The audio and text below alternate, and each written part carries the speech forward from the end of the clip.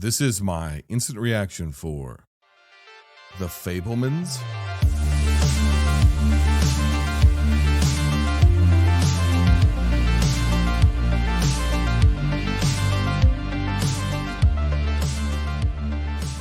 Now, is this movie autoerotica? Can one write their own hagiography? That's the question. Hagiography. Can one write their own biographical self-aggrandizement? Now, that sounds negative. Sounds negative. But if you don't know what The Fabelmans is, it is the most recent film by Steven Spielberg, the last of the new Hollywood directors with old Hollywood sensibilities. I don't know that we could completely say he's technically new Hollywood, although I think he's definitely new mainstream Hollywood. But yeah, he made a movie about his love of movies, and it also tends to be semi-autobiographical. And when you watch the film, there's a stand-in for him essentially, and rather than being Steven, it's Sam or Sammy.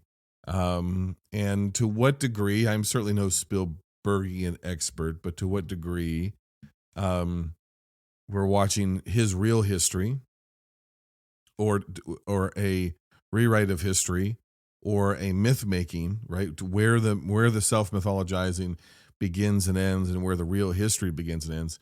I don't really know. I'm sure that there's a Vox article or a BuzzFeed article out there. It's like, 5 facts from the Fabelmans that are actually true. Paul Dano stars as his father, who is a brilliant engineer, really one of the people who worked on some of the earliest computers, and gets opportunities with GE and elsewhere. And Michelle Williams plays his mother, Mitzi, who is 1950s, 1960s kind of stay-at-home mom figure, but who was a virtuoso in piano and being a piano player and musically, and is really kind of a gypsy soul. That's the best way to describe her, maybe with a touch of some mental health issues, and that seems fairly likely. And then there's him and his 3 sisters, 3, I think, maybe 4. And he's the oldest. And after witnessing his first movie, The Greatest Show on Earth, little Steven Spielberg, a.k.a. Sam Fabelman, becomes obsessed with the idea of imagery. And it's very clear from the very first shot of the first scene of the movie that here's this little child who is caught in between these 2 influences in his life. There is his father, who is a mechanically inclined, mathematically inclined, science inclined genius who is really focused on logic. But that's not to say that he doesn't have room for whimsy in his life, because he married a woman who is almost nothing but whimsy. She's whimsy and melancholy. And I'm certainly not going to diagnose somebody, but the portrayal of this character, and whether this is true to his real life mother or not, speaking of Spielberg, pronouns pal, it would definitely seem that she's, in the old timey term, manic depressive, bipolar. And she's got a lot of ups and downs. And she, on the other hand, is all about art and dreams and fantasy and whatnot. But she has a deep appreciation and a deep fascination and adoration with her husband's genius. So in a lesser movie, and again, where this is true to his life and where it isn't, I don't know. But in a lesser movie, these kind of opposing forces would be oil and water to each other and have a very loveless kind of marriage, or at least after a certain while. And, he'd be torn apart between his ultra supportive mother, who wants him to follow his dreams and live a life of adventure and artistry, because as a woman she didn't get her opportunity or whatnot. And then the dad would be, by God, you got to get a degree because science.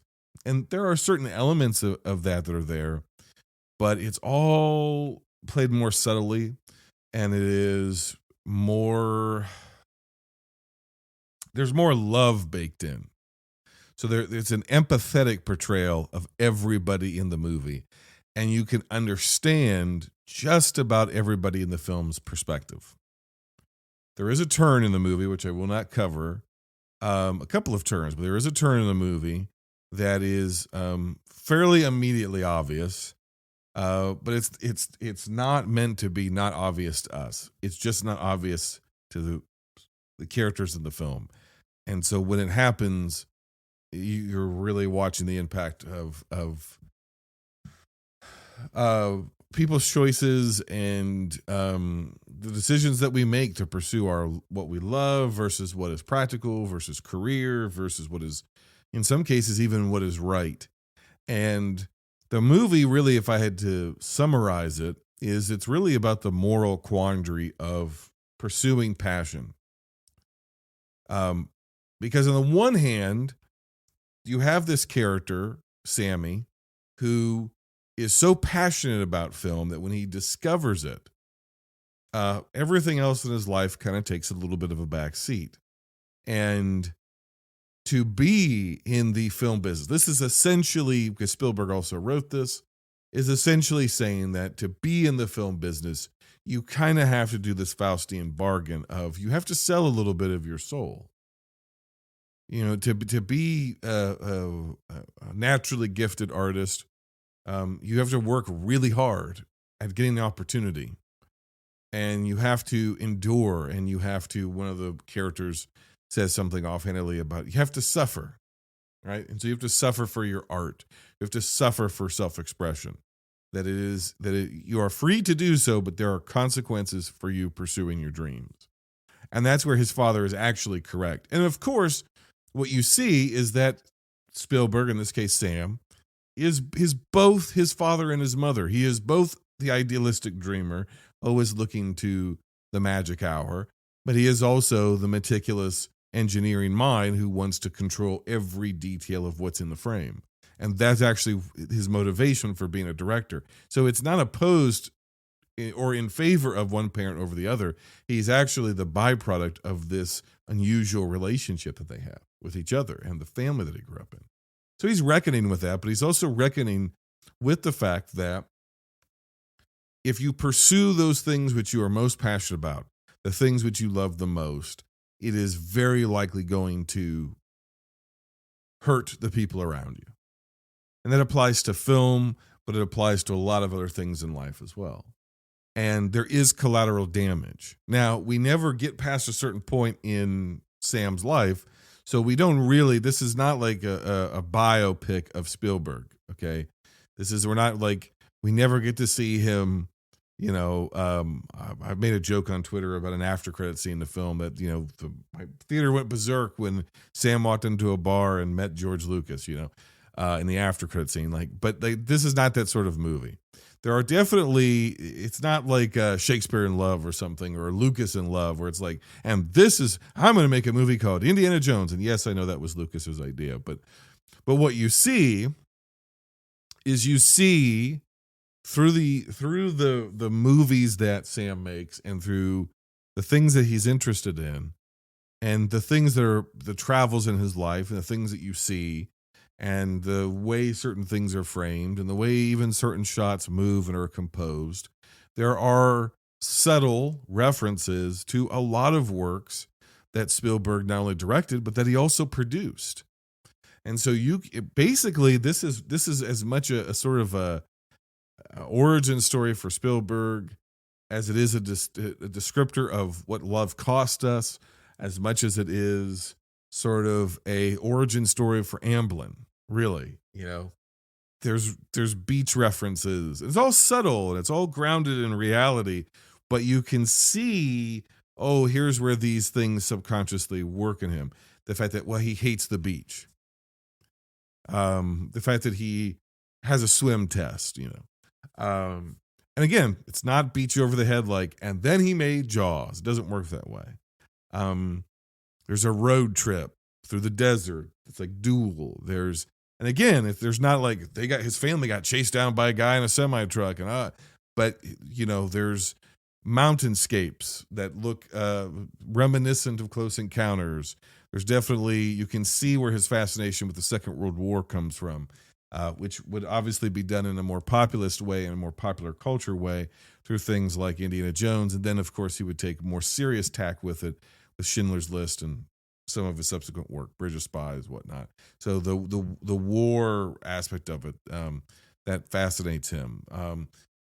His Jewish roots are definitely here, and you can see, as we talked about with guest Brian Scuttle, about like one of the first times he ever explores pre-Schindler's List his Jewish roots is as a producer for An American Tale, speaking about immigration and of European Jews to the United States.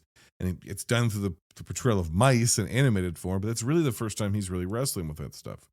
And that's here. There's some Feifel Mouskowitz sort of stuff in here.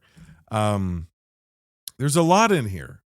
There's definitely some ET stuff going on here, and I don't want to get into spoilers, but if you know what I mean, you know what I mean. And you see it all. I think one of the most interesting things that doesn't completely carry itself through to the end of the movie, one of the most interesting things of the first maybe hour and a half, 2 hours, is there does seem to be just slight, subtle allusions to something supernatural.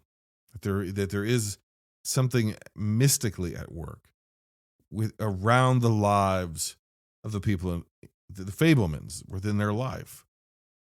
And you can say, oh, well, this sort of, I don't even know what the right word, but that 80s Spielbergian magical realism that he had in a lot of his movies, where it's like, yeah, he's going to make, or produce or help write and conceive of Poltergeist.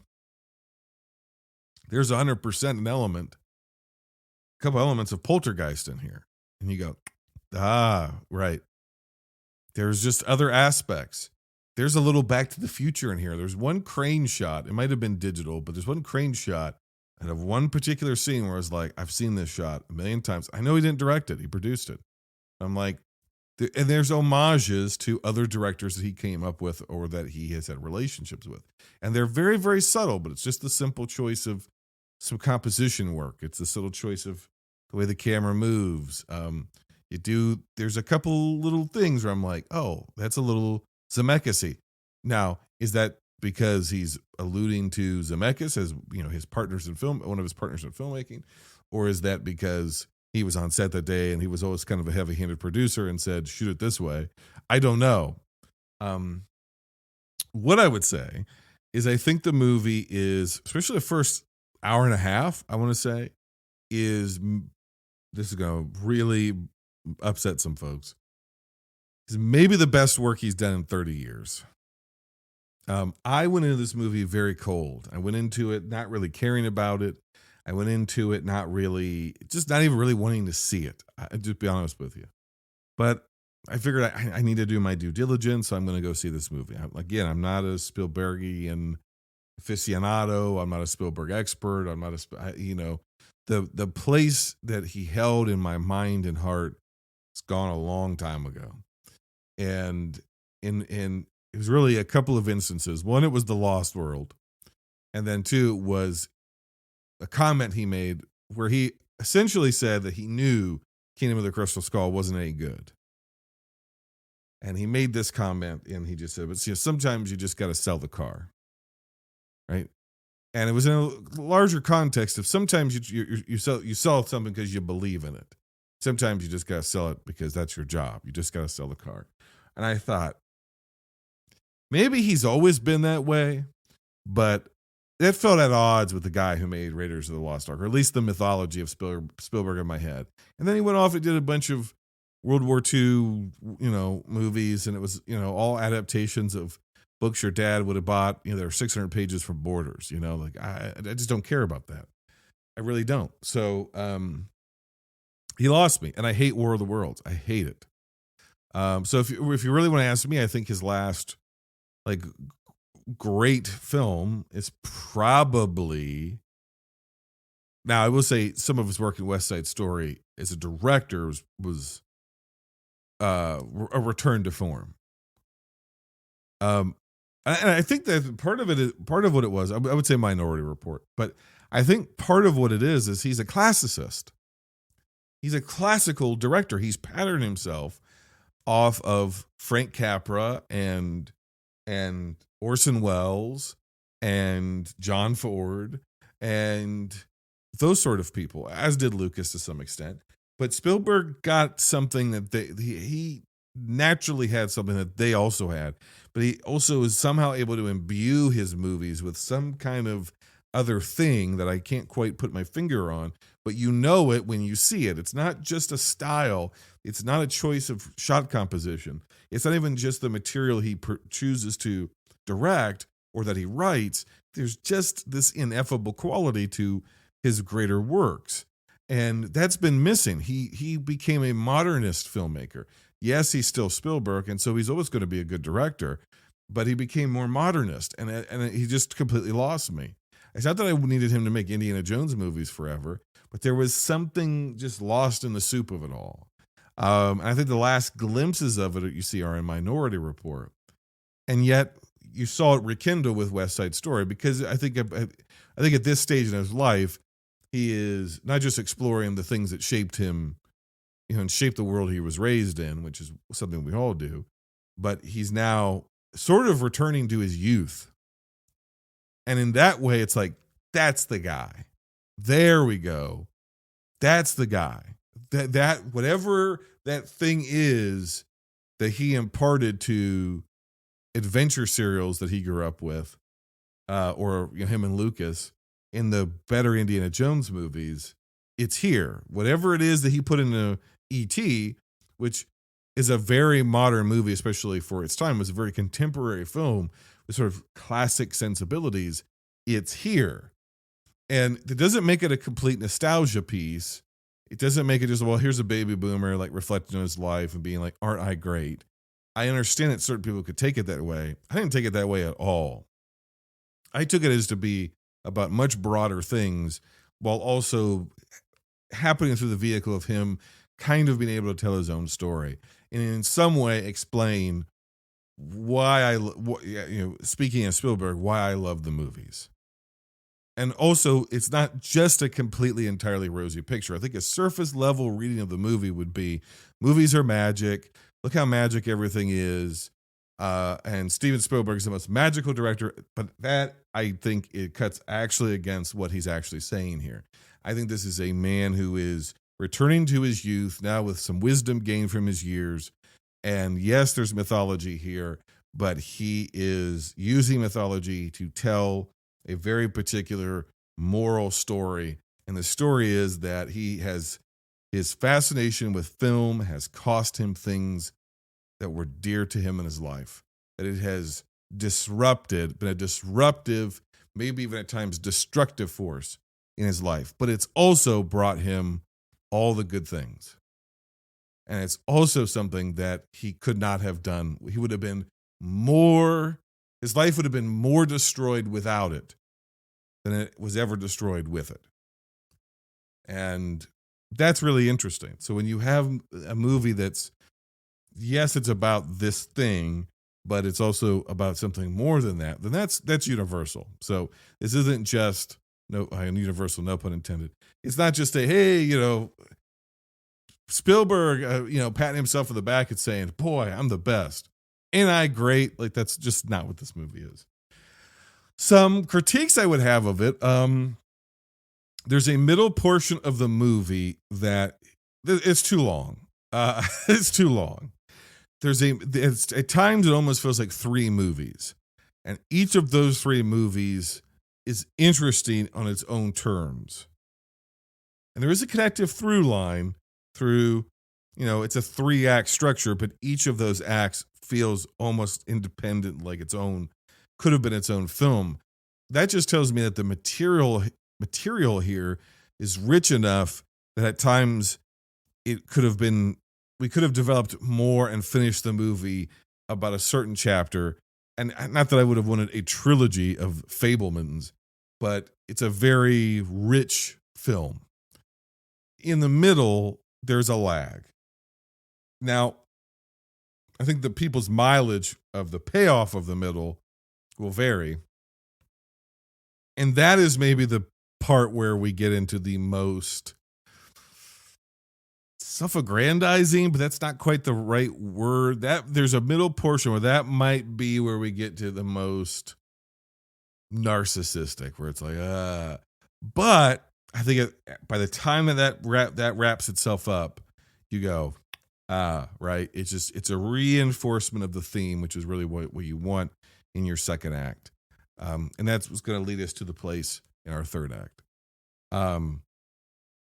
The only other critique that I have is that it goes on for a long time, but as somebody who didn't want to see it, I was immediately drawn into the world. I was immediately drawn in to the performances. I think Paul Dano does an excellent job. It's not necessarily something you've never not seen him do before.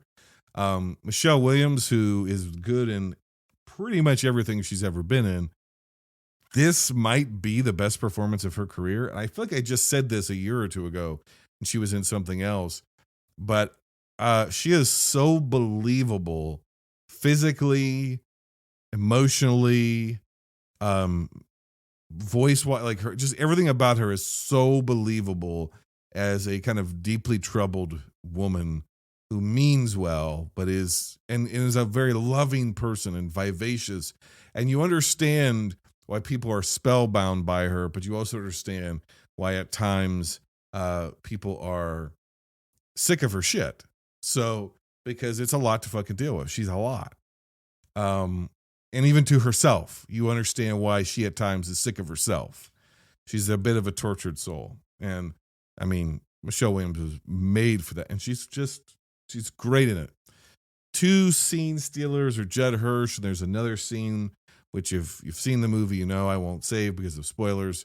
But Judd Hirsch, I think that was maybe my favorite scene in the entire film. And we need that scene because otherwise it definitely would feel like it was just ambling about. You know, we'd ultimately feel like we are literally just wandering around in like some random guy's fucking life. And it's like, okay, we all come from families and all of our families have problems and we all have passions. What's the point of this? And I think his character introduction brings about a greater thematic resonance. You only need that one scene. And you only need him to hit it out of the park. Now, I've heard, as I bring myself to a close here, I've heard some professional film critics say, oh, well, this is not like anything you've ever seen from Steven Spielberg before. This is not just a overly saccharine, sentimental thing. He's really going into the dark side with some of this stuff. And I'm just going, having seen the movie, no, this is akin to anything else he's ever done. He's always gone to these places. There's always been darkness at the core of his sentimentality. There's always been darkness at the core of his. I mean, Raiders of the Lost Ark is about fucking Nazis. And yeah, they're comic book Nazis or they're pulp novel Nazis, but their faces get melted off. So him reconciling with anti-Semitism, him reconciling with darkness that exists in the world, him putting dark, spooky, scary shit. There's a reason why this guy partnered with Don Bluth to get into animation. Because he's always been attracted to, let's do high concept, fantastical adventure, feel good, rock'em sock'em movies that have a lot of heart, a lot of warmth to them, and also have something really fucking scary and dark. Poltergeist has a guy ripping his own face off. Come on. He produced that movie, but he wrote it. So come on, watch any of his movies. Close Encounters is a half-ass horror film. You know, this is the guy who killed a kid on a beach on the 4th of July. You know, for Jaws. I mean, come on. There's always been darkness in Spielberg. And I think this is a honestly, I think I don't know if he's scheduled to direct anything else. He's getting up there. What a day that's going to be, right? When he passes. But I think this is the best work that this guy's done in 20 years, 21, 22 years. He's made other good movies. He's a good director. He's never not been a good director except for The Lost World. That movie is directed not exceptionally well, and even he will admit it was not his best work. But it's if he said, "That's it, I'm retired. That's my last film," I think it is a perfect capstone to his career. You know, if he said, "I'm just going to produce from here on out, maybe do some TV or something, whatever, I got you." But if this is like, I'm sure he's scheduled to do something else. But if he were to say this is the last film I'm going to direct, I think this is you'd be hard pressed to have a better swan song. So go out while you're on top, Stevie, Sammy, Steve, Sam. Go out while you're on top. Great film. I give it 4 stars. I could see a lot of people being turned off by it, a lot of people being bored by it. I think this is a real movie that you need to see on a big screen if you're going to see it, because I think sitting through this on your television, it's going to be preventative for you being able to feel immersed in the experience. I'm not going to dig into spoilers here because there's really nothing else about this movie other than its plot. Like, that sounds bizarre to say, but there's not like, well, I can tell you the plot, but you have to see it for yourself. If I tell you the plot, that's going to diminish the film. So you have a general sense of what it is. And I think you know if this movie's for you or if it isn't. However, I would have said this movie's probably not for me. Ended up loving it, which might just mean I'm getting old. I don't know. But thoroughly enjoyed it. I got to wait to see if it makes my best of for the end of the year, which I should be doing in the not too distant future over in another show with B Dizzle. No, I'm doing worst of with B Dizzle. I'm doing best of on a different podcast from a similar part of the world. So I got confused there. I got too many irons in the fire. Okay. B Dizzle, I will see you shortly. Other podcast, I'll hear from you shortly. Patrons, thank you for your support. If you like these instant reactions and you want them even more instantaneously, the best place to find them is on Patreon. Patreon.com/binge movies. Become a clerk or higher, and you become you get access to instant reactions as well as other content. That sound you just heard was my brain misfiring because I'm tired. So it's time to end the show.